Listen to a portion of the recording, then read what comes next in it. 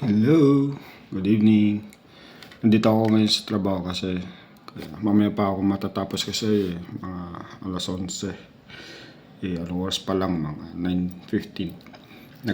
Nagkape lang muna ako kasi medyo fresco kasi ngayon.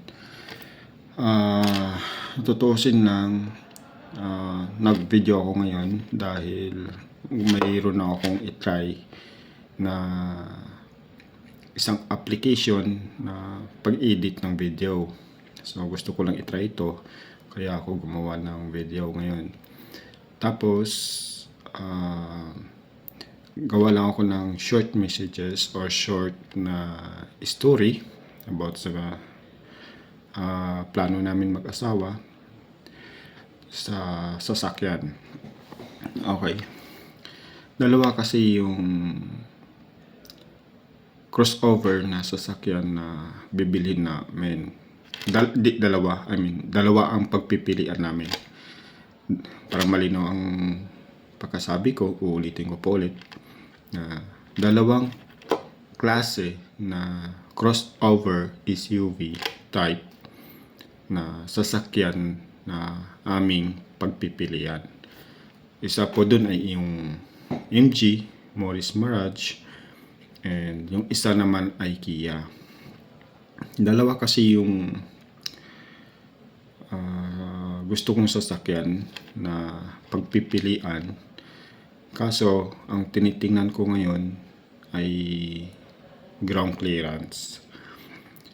Nagsabi kasi yung misis ko, nagbigay din ng option na applyan namin yung isang sasakyan na tinitingnan namin nung una.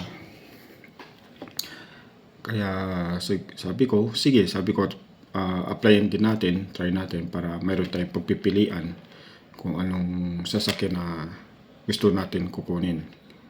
MG ba or Kia? Ngayon, in-applyan namin pero walang pag-approval. Pero yung MG mayroon ng approval. Mabilis yung MG, mabilis yung approval ng MG. Basta complete lahat ng documents. Basta ibigay mo lang lahat sa kanila. Yung kailanganin ng ahente na application, ibigay mo lang lahat. Mas mabilis ang approval. Maximum 2 weeks approve ka na Pwede natin sabihin na 2 weeks and a half or 3 weeks para hindi tayo ganun mas mainam na yung medyo distante o medyo mas mahaba at sigurado. Sa Kia medyo matagal-tagal lang siguro kami, pero siyempre titingnan namin kasi kung ano yung sasakyan na kailangan namin gawin. So yun lang, and then bago natin tapusin tong video na to, meron na akong karagdagan na sasabihin sa inyo about naman ito sa pag-upload ng aming mga videos. Higit sa lahat, ako lang gumagawa ng mga video ngayon. Kaya mukha ko pa lang yung makikita ninyo sa mga video na ina-upload ko. Iniisip ko kasi na pag-upload ko ng video, siguro once a week or 2 beses sa isang linggo ako mag-upload ng video sa aming page at saka sa YouTube channel. So yun lang ang gusto kong sabihin. Okay? Dahil hindi naman ito talaga yung topic natin, o hindi naman ito yung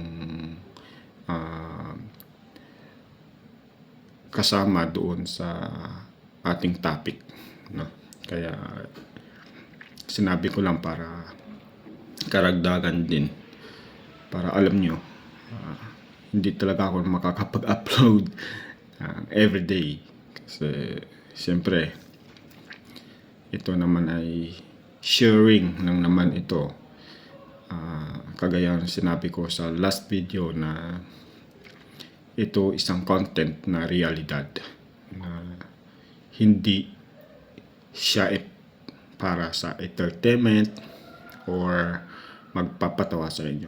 ito naman ay mga content na isang katotohanan na nangyayari sa buhay namin.